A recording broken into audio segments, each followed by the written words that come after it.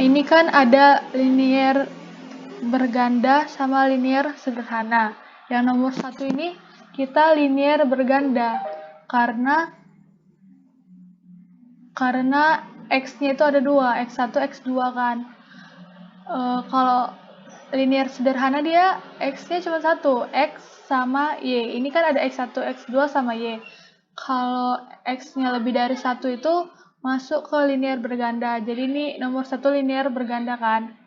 Udah masuk ke SPSS-nya. Di SPSS-nya ini pertama buka kita ke variable view dulu. Variable view ngisi nama. Tadi kan X-nya ada 2 kan? Variabelnya X1 terus X2. Baru satu lagi Y.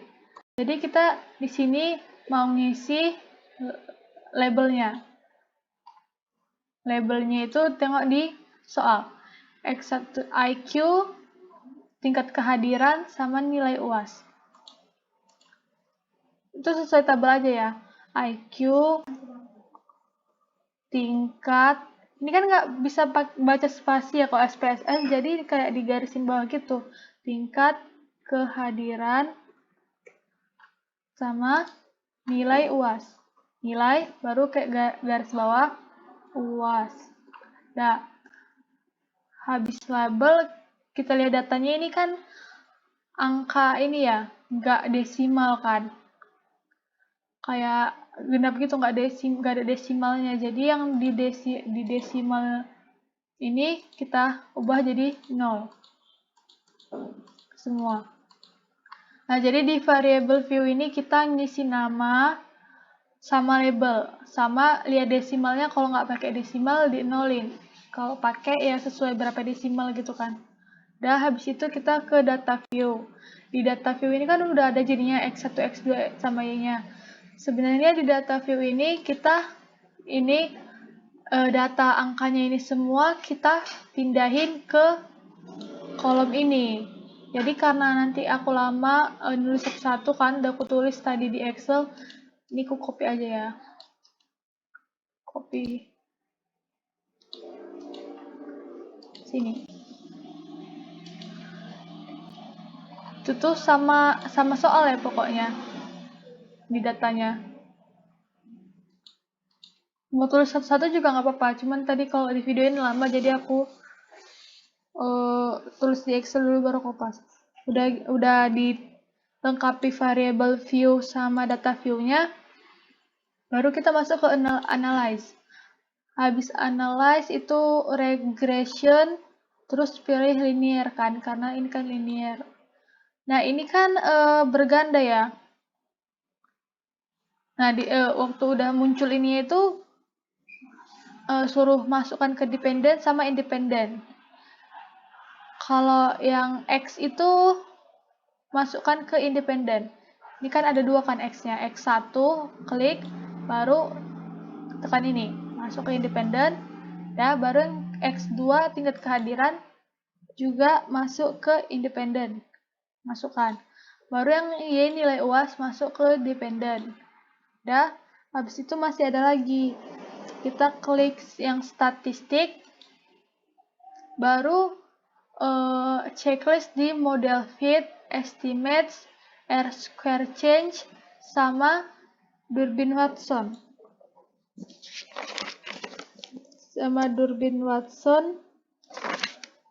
Habis itu kita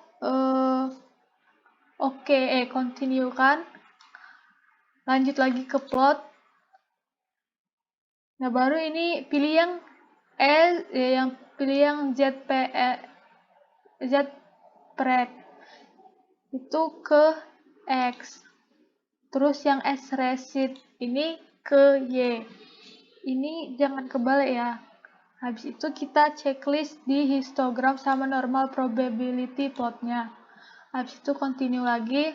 Terus satu lagi yang di tab save, kita klik satu yang unstandardized ini, dah baru continue lagi, dah oke kan.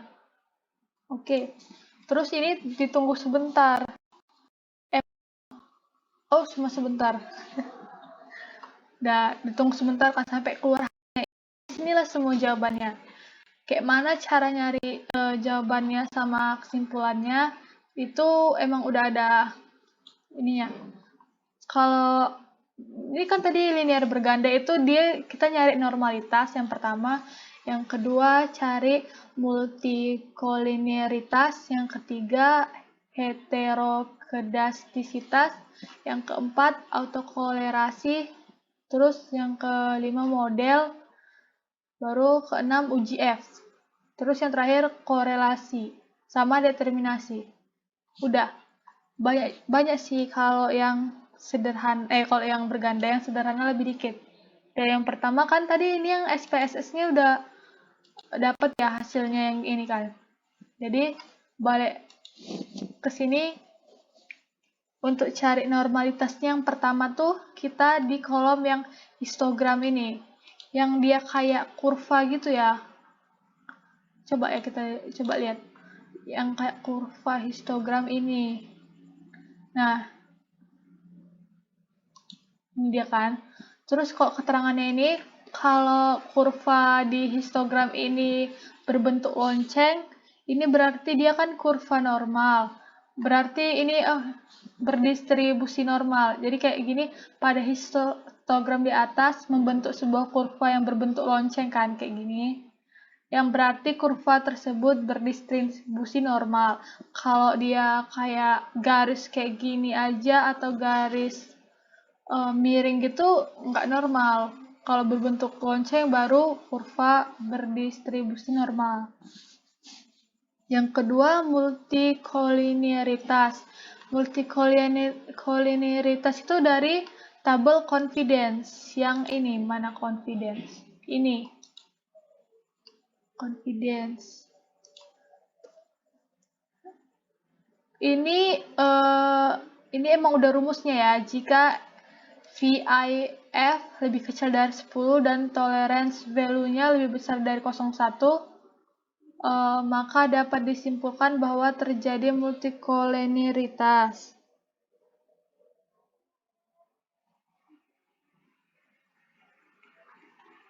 FIV-nya berapa? Lebih kecil dari 10. FIV lebih kecil dari 10, benar kan? Ini 1, kan?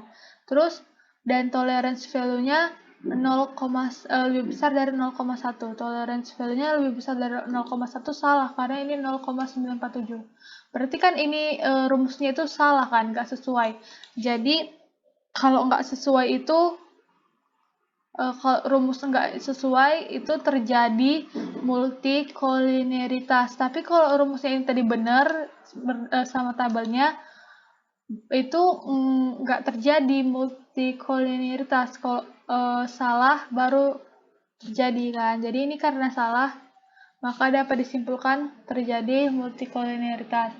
Baru yang ketiga, heterokedastisitas itu dari scatter plot ini, yang dia kayak kurva, kayak diagram titik-titik gitu. Cara bacanya, kalau grafik di atas ini titik-titik atau plot-plotnya menyebar di segala arah, atas, kanan, kiri, bawah gitu-gitu, maka menandakan bahwa tidak terjadi heterokedastisitas. Jadi ini keterangannya pada grafik di atas, plot-plotnya kan menyebar dan tidak membentuk suatu pola, misalnya kayak persegi atau segitiga gitu kan. Maka ini menandakan bahwa tidak terjadi heterokedastisitas. Habis itu selanjutnya autokolerasi di tabel model summary.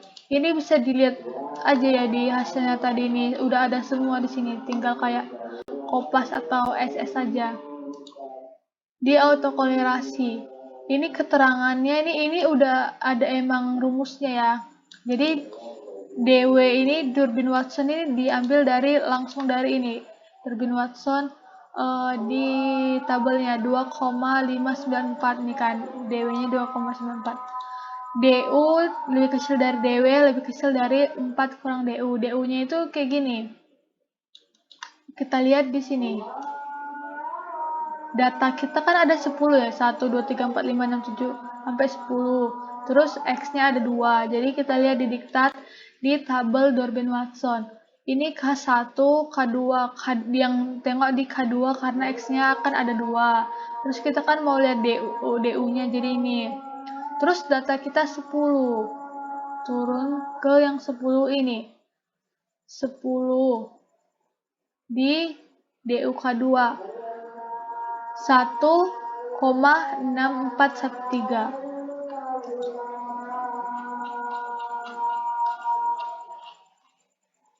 Jadi DU-nya tadi kan dari tabel diktat 1,6413 lebih kecil dari Durbin-Watson-nya ini yang di tabel 2,564 lebih kecil dari 4 kurang DU tadi. Baru inilah hasilnya kan, kurangin dulu yang 4 kurang DU yang tadi. Nah, bener nggak ini? Ini lebih besar dari ini, DW lebih besar dari DU, dan DW lebih kecil dari 4 kurang DU. Ini kan kalau kita lihat nggak sesuai kan? Ini tuh lebih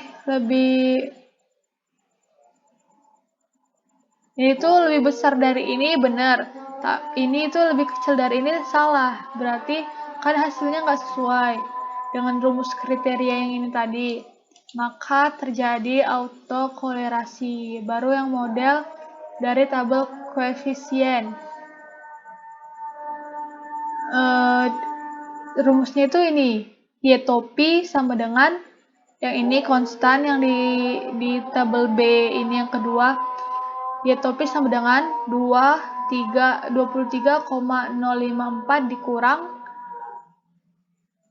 ini X1 dikurang ini min, sebenarnya ditambah ya, ini semua sebenarnya ditambah, cuman karena yang IQ-nya ini, yang X1-nya ini min, jadi dikurang 0,034 dikurang 0,034 X1 ditambah ini X2-nya kan tingkat kehadiran, IQ X1 tingkat kehadiran X2 tambah 0,737 X2.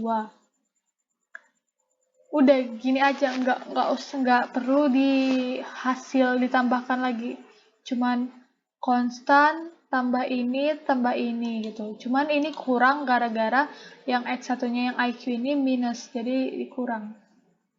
Terus uji F ini di tabel ANOVA. Ini semua kan tadi bisa dilihat di sini kan, di hasil SPSS-nya nih semua ada. Di ANOVA nilai F hitung adalah 28,823. 28, itu mana ya? F hitung. Itu mana ya?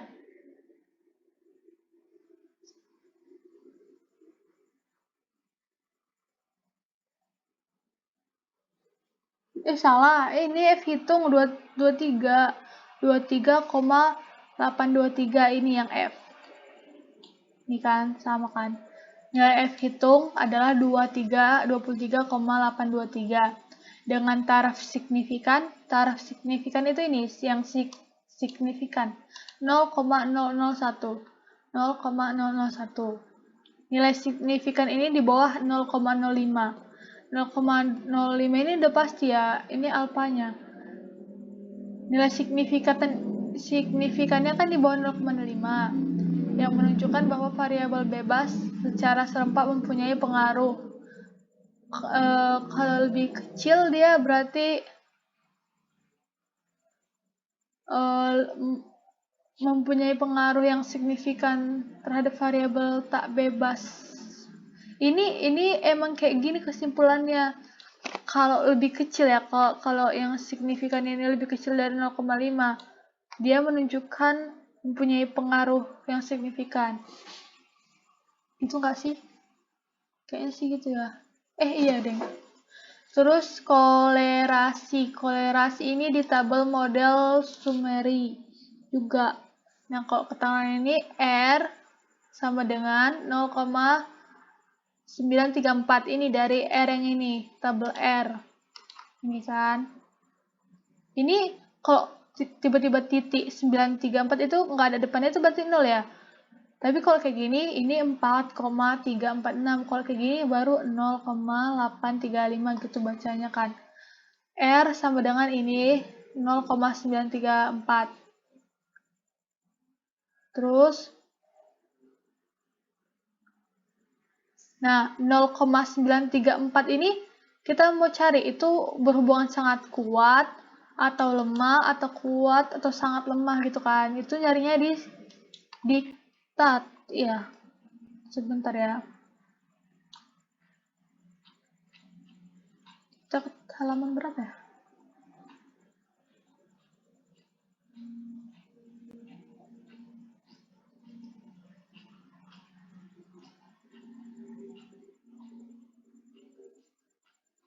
Coy mana?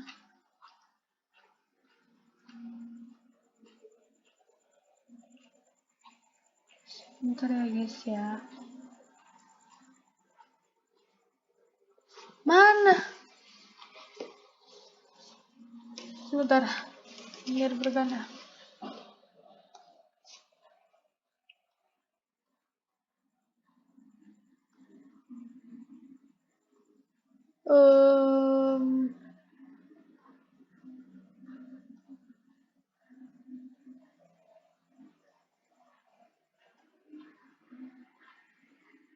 Mana sih?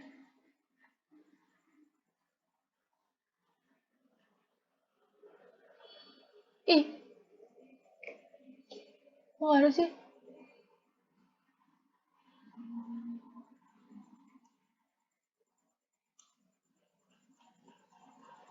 Kan udah lama.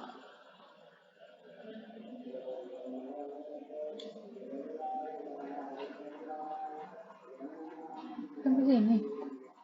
Wah, ini dia. Di halaman 58. Ini dia. Jadi kan tadi ini R-nya 0,934. Kita lihat di diktat tadi 0,934 itu kan di sini kan. Dari 0,8 sampai 1 di antara ini kan. Berarti dia sangat kuat. Kalau lebih dari 0,8 itu sangat kuat. Kalau kurang dari 0,8 itu ini ya. Sesuaikan sama nilainya kan. Berarti tadi sangat kuat. Jadi berarti variabel X1 dan X2 berhubungan sangat kuat terhadap variabel Y. Ini aja sih kata kuncinya yang tadi tengok yang di tadi kan. Udah.